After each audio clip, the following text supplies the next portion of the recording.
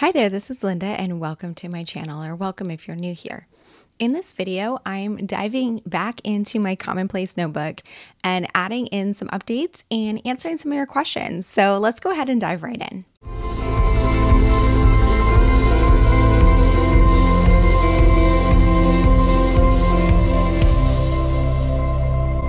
So I had asked for questions to talk about during this video on my Instagram, and one of the questions I received is, what exactly is a commonplace notebook?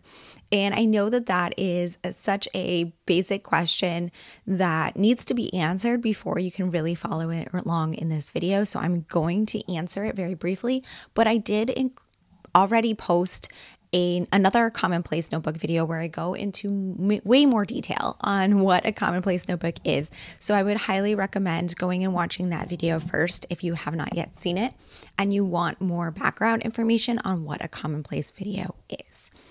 But the short answer, it's a commonplace notebook is a place for you to write down just random things that pop up. So these might be quotes, important information, just various tidbits of information, and to have a place to collect all of this information. And this is something that has been around for hundreds of years. It is definitely not my invention. This is just my personal take on it. If this is something you're interested in starting for yourself or exploring a little bit more about, I would recommend searching for commonplace notebooks on YouTube. There are so many different variations out there and different people's takes on this topic. And I feel like I watched quite a few of those before I came up with my own perspective on the project. I do also want to give a shout out to Brandy Kincaid because she is the person who originally introduced me to the concept. Her commonplace notebook looks very different from mine, but she originally put this idea in my brain that I needed one of these. And I am so thrilled that I did start one. So I highly recommend checking out her Instagram and others on YouTube for more information, as well as my original commonplace notebook video, which I will link in the description box down below for this video and probably at the end as well.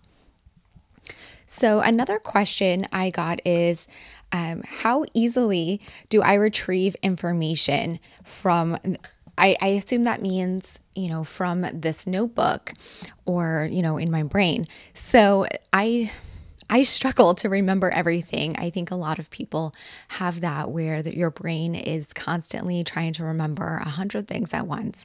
And this is part of the reason why I love planning and journaling, because I like to get those things out of my head. The commonplace notebook for me is really a place to get all of those things out of my head that don't fit in a planner or a journal. These aren't my own personal thoughts about things. These aren't to-do lists. These aren't specific appointments. Instead, these are all of those other things that I see that I want to remember, like a recipe I want to try, or a decorating tip, or, those life hacks that you see often on Instagram or YouTube or anywhere on the internet that sometimes you're like, oh, that's a great idea. I want to remember it. You need a place to put it. So that kind of leads me into some of the other questions I got. I have quite a few people asked, how often do I actually go back and reference this information? And I think that's an interesting question because I thought about it and I don't go back and look at this that often. I have for sure, because there have been a few times where I know I've written down pieces of information that I wanted to reference, and I did go back and reference them. For example, a recipe or a tip on how to do something in Photoshop, those types of things, I have definitely referenced them. But I find more often I don't need to look back in here because the act of writing it down truly helps me remember. So there were definitely some things that I wrote down in here that were floating around my head and I really wanted to remember them, and they were making my brain feel very cluttered. Writing them down kind of gave me that freedom to forget about them, but at the same time, it actually made me remember them. The act of writing something down really drills it into your brain. That's why when you're in school, they often tell you that you should take handwritten notes because it helps you remember the information much better. I understand that there is such an ease to typing, and I'm sure that you could keep a Commonplace book digitally as well. And that would be super fun and easier to collect tidbits. You see me writing quite a bit here, but the act of writing it down really helps commit it to memory without making it feel like something I have to remember. So it's not stressing me out because I do always have this book as reference if I need to look something up. Okay. Another question I got were about my supplies, where I got a lot of the different pieces that I'm using. So my Traveler's Notebook is Official Traveler's Company, as is the clamp that I'm using and my Traveler's Notebook cover. And I will link some of those at the description box below if they are available, but I got them from Travelers Company USA directly. I know you can buy them from lots of partner shops, but they are Official Travelers Company supplies. My stickers, the little circle stickers that I use for reference, I got off of Amazon, and as well as those alphabet stamps that are in the top right corner of my screen. I don't end up using those in this video, but I have used them in the past in this notebook just to make certain things stand out or create a title. And you can see that I use them on my Commonplace key as a title as well. Those were all purchased on Amazon, and anything that I get on Amazon that's still available, I link in my storefront, which is linked in my description box below, but I also will link it specific products down below that I feel are useful for a Commonplace notebook if you are interested in starting one of your own. Another question I got is, how do I remember what I want to include in here? And I find that one is kind of funny, but it's so true because the whole point of the Commonplace Notebook is to remember these pieces of information, but I don't just pull this out all the time to write things down as they come to me.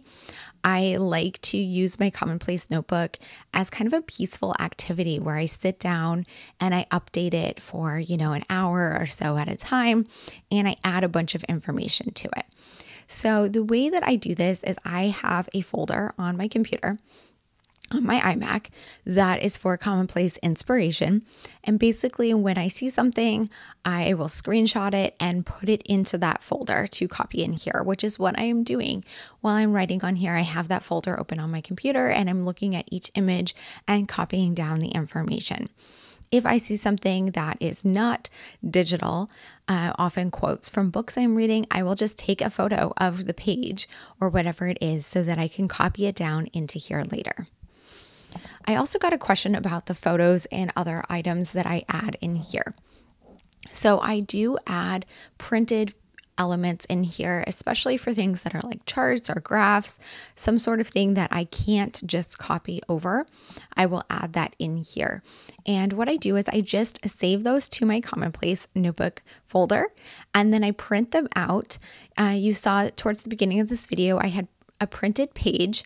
I print them on 8.5 by 11 matte presentation paper. And then I just crop them out and add them in here. There were a bunch of things on that page that I cropped out earlier in this video. And that's because I don't want to waste paper. I only had 2 things to print for my Commonplace Notebook, but I print pieces for my everyday life journal and my media journal. So I had printed pieces for all of those at the same time to fill that page. I also will cut things out of magazines occasionally to add in here. Whether or not I cut it out or copy it over is really just a question that I answer in the moment, and it depends on various things, how long it is, if it's aesthetically pleasing the way it is in the magazine, if it fits in this notebook, and I will actually encounter that later in this video, so I will talk about that a little bit more when I get to that point. Okay, another question that I got was, how often do you add to your Commonplace Notebook? So I tend to sit down with this notebook maybe once a month or once every couple of months, just when I have enough information piled up to add to it that will take me about an hour to do. I think I like to sit down and work on it in about an hour chunk. Longer than that, and my hand gets tired. Shorter than that, and I don't find it to be a very peaceful practice. Part of keeping this notebook for me is I like the slow pace of writing it down and just taking my time to add to this notebook. It is something I really enjoy doing, like on a Sunday morning with the sun streaming in my window and a cup of coffee. It's just a very peaceful activity. So, and that kind of leads to another question, which I find funny, is do you find it stressful to keep up with? And I know that there's a lot of content out there and a lot of people who are stressed with keeping up with a lot of journals and notebooks and projects. And I'm not going to lie and say that that doesn't get to me at times. However, I feel like that's not a huge issue for me, especially with this project, because I have reframed it in my brain as something I don't have to keep up with. I don't have a set deadline. I don't have to put everything in here. If I want to let it go, if I'm not feeling like it, I will just skip it, and that's totally okay. Unlike a daily journal or project life or something that has specific dates in it, I don't add any dates to this notebook. I just add to it as I'm feeling like it and as things spark my interest to include in here. That leads me to another question, which is how do you decide what to include? So I think that that is a really interesting question because I haven't really thought about it until I got this question. I just kind of see things and go, oh, that's for my Commonplace notebook. I think that is something that maybe will develop for you over time if you're thinking about keeping one yourself. But I kind of think of this as like that miscellaneous catch-all category. So I have my daily journal where I write down thoughts, and sometimes I'll add quotes or lyrics or something into my daily journal. I have my planner where I add important tasks or things like that, appointments, everything goes in my planner. I have my house journal, which it has everything to do with my house and different things that are happening or I do around the house. And then I have my media journal where I document all of the media that I consume. And then I have my Commonplace notebook, and this is just the miscellaneous catch-all. Everything that doesn't fit in one of those other journals or notebooks, this is where it goes. And I like having a place for that. This is, the junk drawer of my journals, if you will. It's a place to keep all of those other bits and pieces of information to get them out of my brain and onto paper. Another question is, why do you keep a Commonplace notebook? And I feel like I've kind of answered that, but if you are someone who's considering starting one of these, I would really think about, why do you want to have a Commonplace notebook? Why is this sparking your interest? That is something that I thought about when I considered doing it. And I will say that one of the reasons I wanted to start it was Brandy Kincaid's were super beautiful, and I really liked the look of it. Another reason why I like to keep a Commonplace notebook is I have a very clean and orderly style in here. And I love seeing some of the people who keep very clean and orderly journals, but that is not my journal. I have things pasted all over. I like collaging. I have stickers. I have big, bold text. I am not the straight, right in a line, just plain text journaler, and that's okay. But this gives me a place to have that creative outlet to journal in that manner. And that is another reason why I like to keep this project going. But as far as the substance, I like to keep a Commonplace notebook for many reasons, but I think it really comes down to a mental reason. I struggle with mental fog or mental, just fullness, my brain just being full of too many things and too much going on at once. And a Commonplace notebook just helps to reduce that clutter, get some of those things out of my head and onto paper.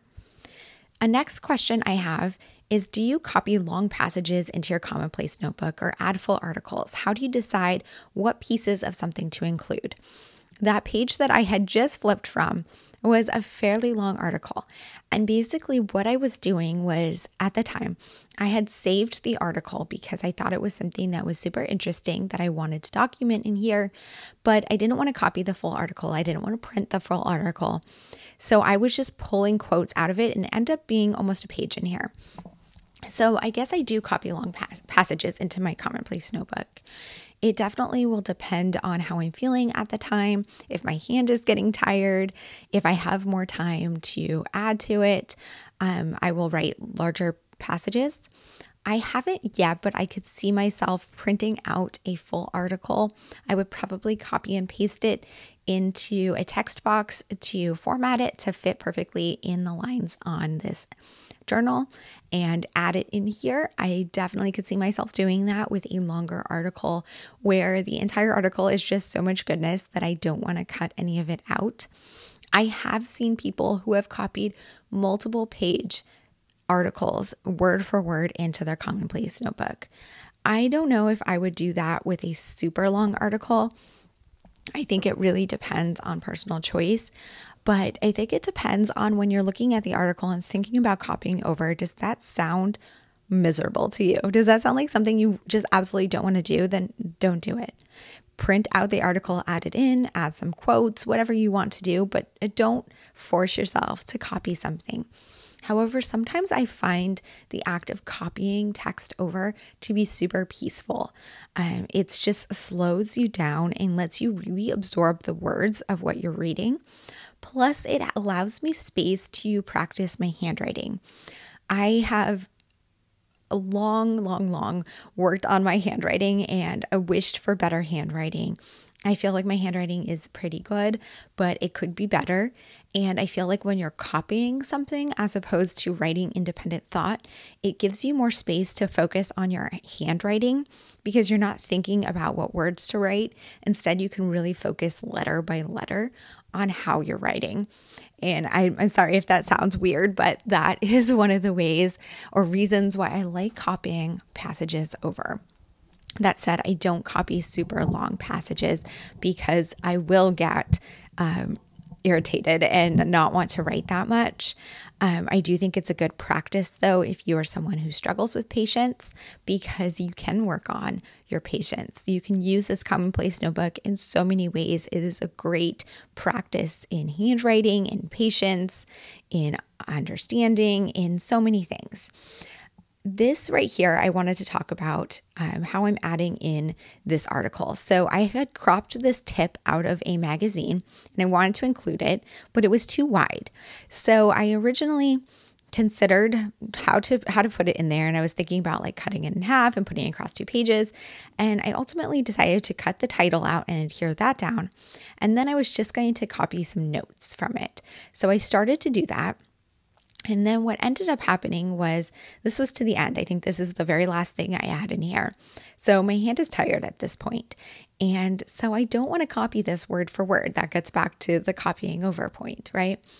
And I instead just copy some main points, but then I go back to read it and I think I kind of want this entire thing word for word in here. So what I end up doing is cropping it down and adding it in here with a fold out so that you can open it and read the entire article. I don't know that I will add stuff like that in here that often because I don't want this to get bulky, but it is a neat way to add something. If you are someone who is wanting to add in more things that you cut out as opposed to copy them over, I would consider maybe not using a traveler's notebook, but using a wider size. I have seen people use like a Hobonichi Cousin for this because then you have that wider A5 page to add in more things that you cut out. Another question is, why did I decide to keep this as a separate notebook? So I have seen a lot of people who do commonplacing, and I'm sure that this is what stems this question, where they include this in their Hobonichi Cousin with their daily journal or, with their to-do lists, and they just kind of use this to backfill pages. And for me, that just doesn't work. I tried the all-in-one approach last year to my journaling and planning, and it just does not work for me. My brain is very compartmentalized, and it works well when I compartmentalize things. So I like having this as a separate book. But I do understand for someone who has a Hobonichi Cousin or something where you have a lot of blank pages and you don't know what to fill them with, that this would be a good way to back journal. So if you are unsure about keeping up with another journal, but you do have something like that where you have gaps, you could definitely use this as a way to back journal and fill in that extra space. For me, that doesn't work, but I do think that in 2025, I might combine some of my journals and ideas just to have a few less books to keep up with, but more about that in a future video. So here you can see I just folded over this article so that it would fit, and then I cut out a piece of craft paper from a sticky note and adhered it to the back of the flap so you don't see like the other side of the page in that magazine, and you can just flip it open. So here's a look at everything I completed today and just so far in my Commonplace notebook. I added a couple pages in today, you can see. And that's it. That was everything I had saved in my folder. So I'm just going to clean everything up and put this thing away until the next time I pull it out, either to reference something or to update it. I hope that you guys enjoyed this video. I hope that this gave you some insight and answered some of your questions about Commonplace notebooks. If you have more questions, please leave them down below. I love to hear from you guys in the comments. And as always, thank you guys so much for being here, and I hope to see you guys all in the next one. Bye.